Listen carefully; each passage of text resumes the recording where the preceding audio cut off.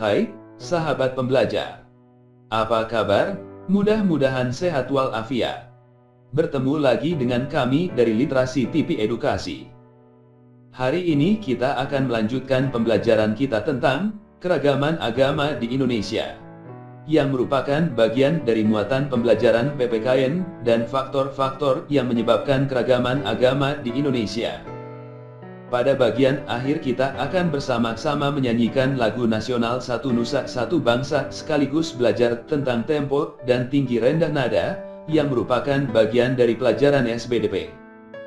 Mari kita mulai pembelajaran kita dan selalu membiasakan memulainya dengan membaca doa.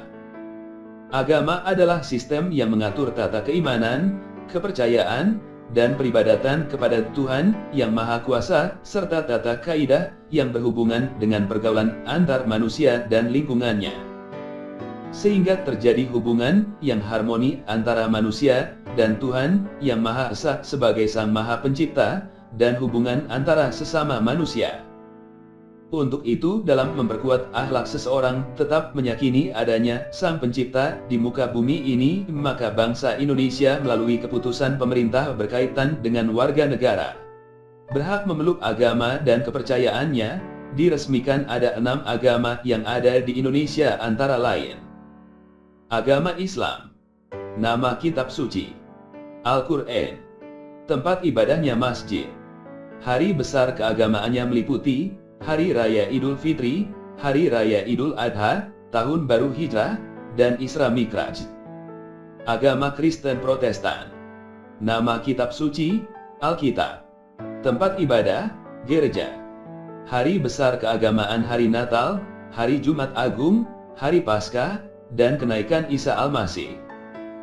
Agama Katolik, nama kitab suci Alkitab, tempat ibadah gereja, hari besar keagamaan Hari Natal, Hari Jumat Agung, Hari Paskah, dan kenaikan Isa Al-Masih.